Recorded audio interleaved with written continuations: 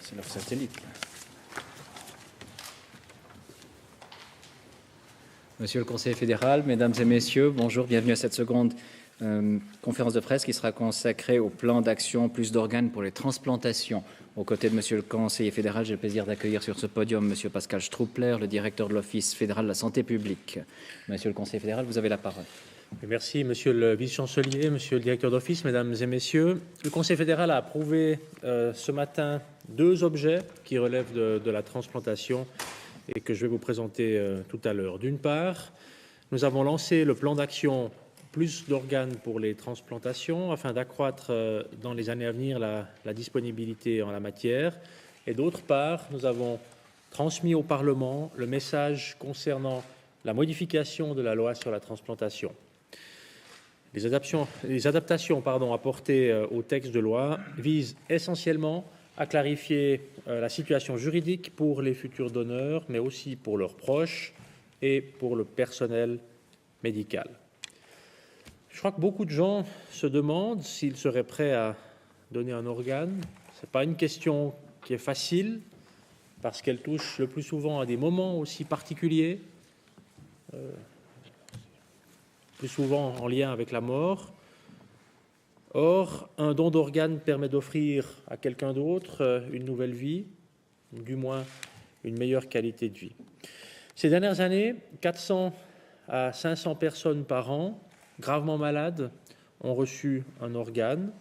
Il y a pourtant sur des listes d'attente des gens qui sont 2 fois plus nombreux et avec une tendance à la hausse. Et donc, celles et ceux qui auraient besoin d'un nouvel organe, évidemment, ne l'obtiennent pas toujours. L'année dernière, 52 personnes sont décédées en Suisse dans l'attente d'un organe. Pour prévenir ces situations, là où elles sont évitables, le Conseil fédéral veut faire en sorte que davantage d'organes soient disponibles pour des transplantations. Il a donc donné aujourd'hui le coup d'envoi au plan d'action plus d'organes pour des transplantations. Ce plan d'action fait partie des mesures destinées à atteindre l'un des objectifs de la stratégie de santé 2020 que le Conseil fédéral a adopté en janvier dernier. Il s'agit en l'occurrence de sensibiliser la population aux besoins des patients en attente d'une transplantation, cela afin d'accroître les possibilités de don d'organes.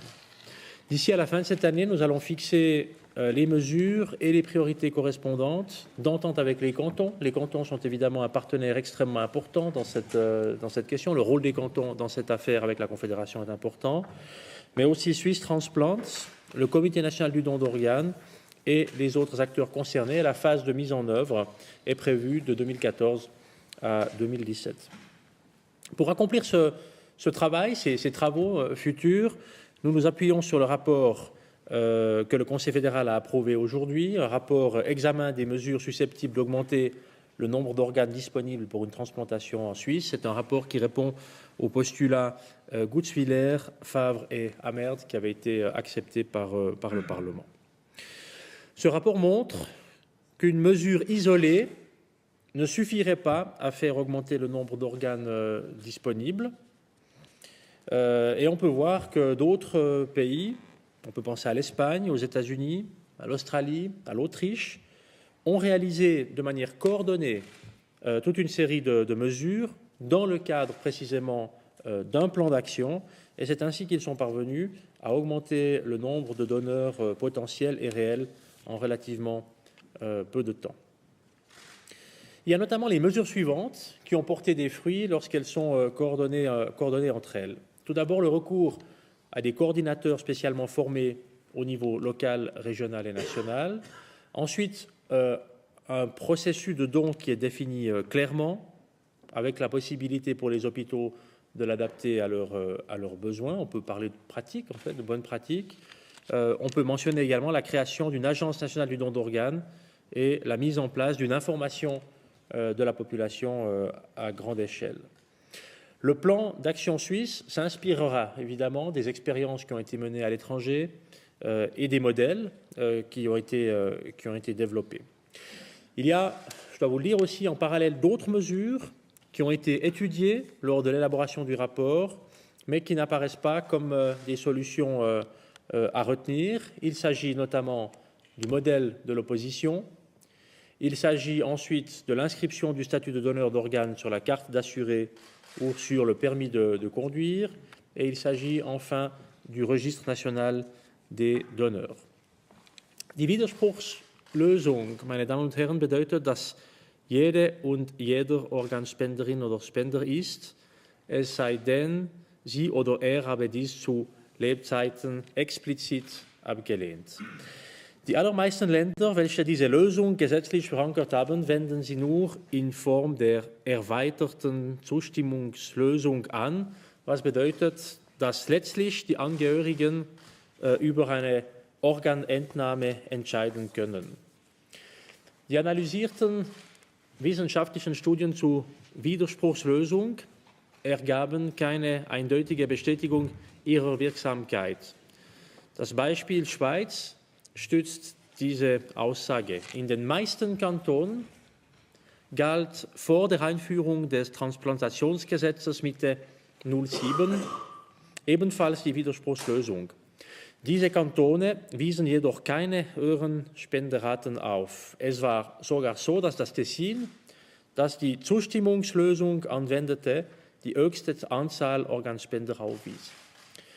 Hinzu kommt, dass sich die Nationale Ethikkommission für Humanmedizin dezidiert gegen die Widerspruchslösung ausspricht, weil diese die Persönlichkeitsrechte gefährde. Das Recht, auch über den Tod hinaus über den eigenen Körper zu verfügen, wiege schwerer als das gesundheitspolitische Interesse an Transplantationen. Aus diesen Überlegungen verzichtet der Bundesrat darauf, die Widerspruchslösung einzuführen. Auch der Vermerk des Organspendestatus auf der Versichertenkarte oder dem Führerausweis ist problematisch, weil diese Ausweise inhaltlich nichts mit dem Organspenden zu tun haben und eine Änderung nicht rasch und handschriftlich erfolgen kann. Und letztens ein nationales Spenderregister schließlich generiert sehr hohe Kosten bei unsicherer Wirksamkeit. Sie sehen, nach diesem Ausschlussverfahren ist die Stoßrichtung für unseren Aktionsplan gegeben. Wir werden wie andere erfolgreiche Länder unter anderem auf Information und Ausbildung, das ist sehr wichtig, von Koordinationspersonen setzen, auf einen klar festgelegten Spendeprozess und auch auf die breite Information der Bevölkerung. Die einzelnen Maßnahmen werden wir jedoch noch im Detail erarbeiten müssen. Wir tun dies sorgfältig, aber so rasch wie möglich. Le Conseil fédéral, mesdames et messieurs, a également transmis aujourd'hui au Parlement le message concernant la modification de la loi sur la transplantation.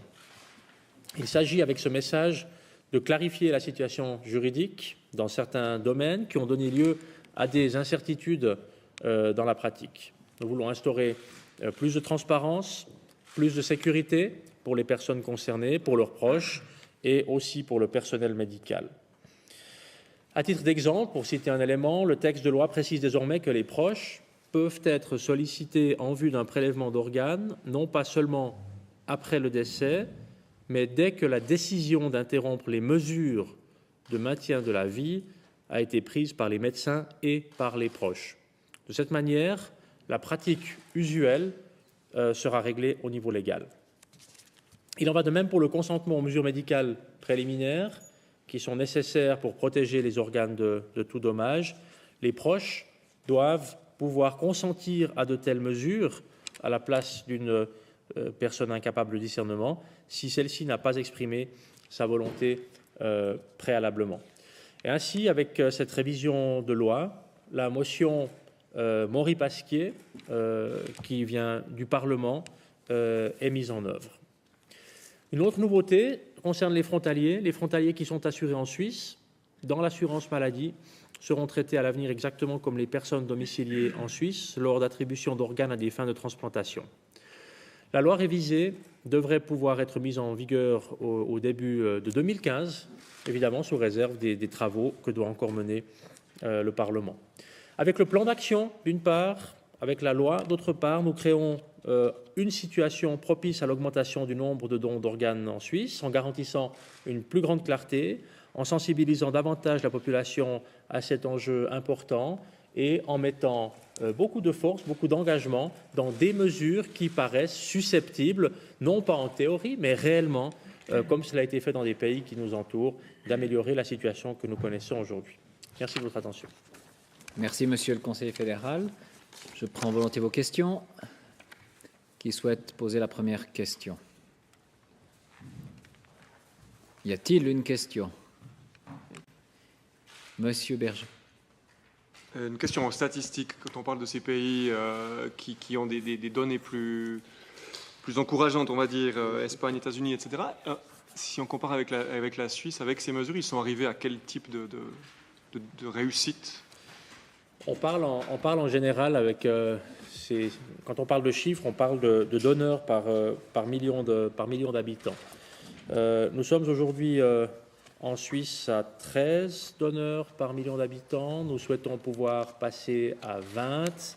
Les pays qui ont vraiment réussi à avoir du succès sont au-dessus de 20. Sauf erreur, mais là je vous cite le chiffre de tête, dans les chiffres détaillés. Merci beaucoup. L'Espagne, par exemple, de tête, c'est environ 24. Non, c'est plus. L'Espagne est en dessus de 30. Et ensuite, les États-Unis, qu'on cite également comme un modèle possible, c'est environ 25. Nous sommes aujourd'hui à 13. L'objectif, ce serait, entre 2014 et 2017, ce sera un objectif, on verra si on l'atteint, mais c'est souhaité, d'arriver à 20. Et avec 20, on serait dans une situation relativement confortable par rapport à d'autres pays. Et c'est notamment ces chiffres qui nous permettent de voir que la mesure la plus efficace, c'est justement un bouquet de mesures.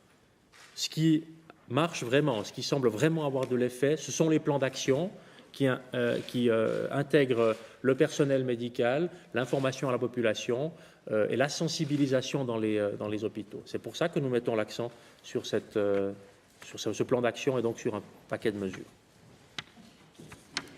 Je peux juste, sur le fond, juste rajouter quelque chose. Le consentement présumé dans ce paquet de mesures n'apporterait rien de plus. Nous avons étudié cette question de manière très détaillée. Toutes les mesures qui ont été évoquées au Parlement, notamment, comme des mesures possibles pour augmenter le taux de donneurs d'organes, ont été vraiment étudiées en détail. Et on constate, quand on regarde les pays qui nous entourent, qu'il y a un lien très clair entre un plan d'action et l'augmentation du taux de donneurs. Il n'y a pas de lien aussi clair entre... Il n'y a pas de lien qui puisse être démontré comme ça entre le consentement présumé et l'augmentation du nombre de donneurs. Par contre, vous trouverez des pays dans lesquels il y a le consentement présumé et un nombre important de donneurs, mais ils ont tous le plan d'action. C'est pour ça qu'on fait le lien entre le plan d'action et l'évolution du nombre de donneurs. Vous trouverez aussi, par contre, des pays dans lesquels vous avez le consentement présumé et un taux de donneurs très faible. J'espère ainsi avoir répondu à votre question. C'est un peu technique, mais... D'autres questions? Oui, madame. Je vais vous laisser après. De quoi on parlait quand on parlait de coordinateurs bien formés? De quoi on parle en parlant de coordinateurs bien formés? On parle de coordinateurs qui sont essentiellement dans les hôpitaux. Monsieur Schroepler, peut-être pour donner plus de détails sur cette question. Ce sont des médecins ou des personnes qui sont formées pour ce domaine-là, qui repèrent des patients qui peuvent être donneurs, qui prennent contact avec les proches, qui mènent des discussions avec les proches, qui sont en relation avec des patients qui pourraient profiter d'une greffe. Et c'est ça qui peut renforcer ou augmenter les chiffres, l'adéquation entre donneurs et récepteurs. Il s'agit notamment, si je peux encore ajouter un mot, d'avoir peut-être une certaine professionnalisation dans les entretiens qui sont menés. Ce sont des moments qui sont toujours extrêmement délicats.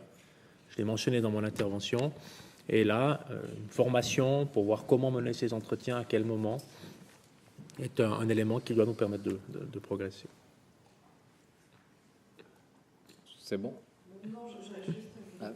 Peut-être si vous vous appuyez, merci.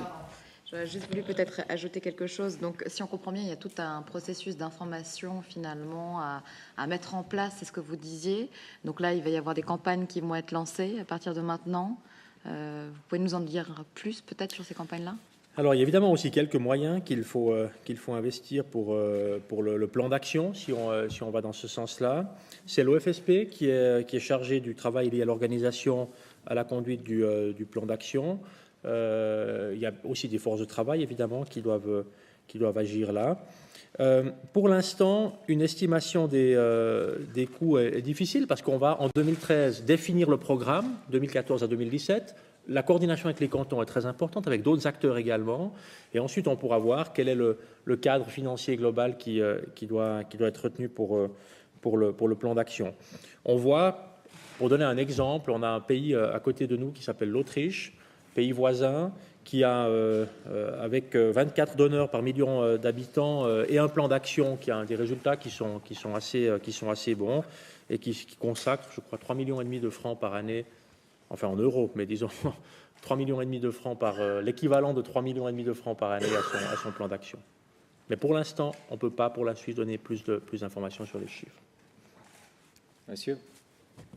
Herr Bundesrat, warum sollen die Grenzgänger besser oder gleich behandelt werden wie die Schweizer angesichts der Tatsache, dass unser Niveau des Gesundheitswesens tendenziell höher ist als im Ausland?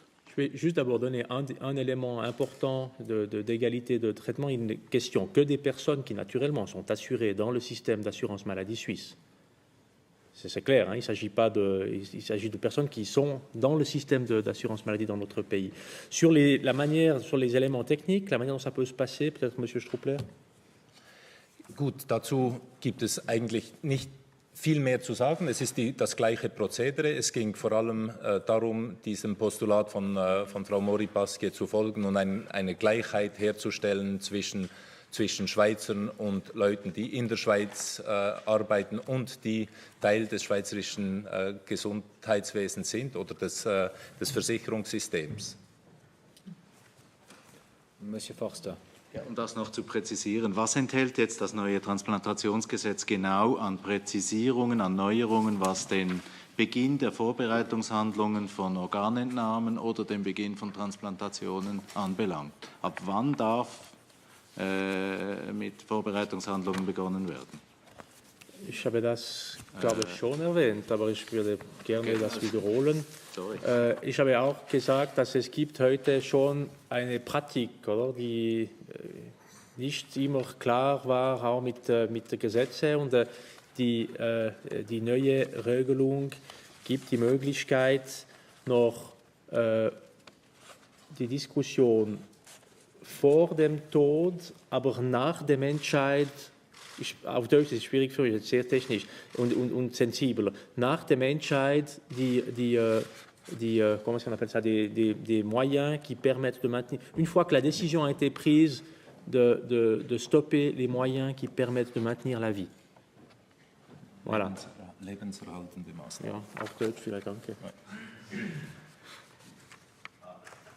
Aber das ist ja nur die Information der Angehörigen, respektive die Anfrage, aber die eigentlichen Handlungen, wann darf der Arzt beginnen?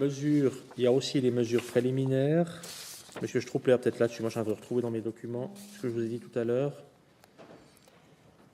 Sur les mesures préliminaires. Die Voraussetzung, wenn keine Zustimmung da ist und wenn kein mutmaßlicher Wille da ist, dann müssen zwei Voraussetzungen da sein. Die Maßnahmen müssen unerlässlich sein, um die Transplantation von Organen überhaupt erfolgreich durchzuführen. Und für die spendende Person dürfen nur minimale Risiken und Belastungen verbunden sein mit den Vorbereitungen. Wenn ich das noch vielleicht, ich werde auf Französisch antworten, um präzise zu sein, weil ich will präzise sein. L'un des changements pour les mesures préliminaires, parce qu'il y a évidemment les discussions qui peuvent avoir lieu, ça j'en ai déjà discuté. L'autre question, c'est c'est à partir de quand peuvent être prises des mesures médicales préliminaires avant le décès d'un donneur qui est incapable de discernement. Et il faut pour ça que plusieurs conditions soient remplies. La première condition, c'est que les mesures préliminaires sont absolument indispensables ou seraient indispensables pour la réussite de la transplantation. La deuxième, c'est qu'elles présentent qu'une contrainte minimale pour le donneur. Et le troisième, c'est que les proches ont donné leur consentement. Et l'idée avec cela, avec cette précision qui est faite dans la loi, c'est précisément là de créer toute la clarté et la transparence nécessaires, aussi bien pour les proches, pour les personnes qui sont donc concernées au moment de prendre une décision, que pour le personnel médical.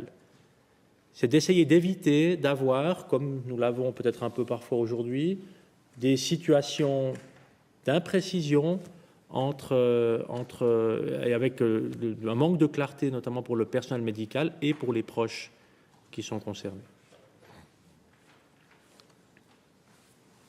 Madame, s'il vous plaît, maintenez appuyé. Bitte noch festdrücken. Also die Fragen, Entschuldigung, sind für Journalisten natürlich reserviert. Also das ist eine Medienkonferenz, möchte ich einfach hier daran erinnern. Das wäre sicher nicht fair, wenn das einfach missbraucht wird. Also ich habe nur eine Frage. Aber sind Sie Journalistin? Nein, ich bin nicht. Nein, also sorry, dann muss ich sagen, das nicht hier. Für Nationalräten gibt es auch die Möglichkeit, im Rat Fragen zu stellen und dort antwortet sehr gerne der Bundesrat auf diese Fragen. Gibt es Fragen von Medien, bitte noch? Si ça n'est plus le cas, je vous propose de conclure ici. Je vous remercie et nous passons aux interviews bilatérales.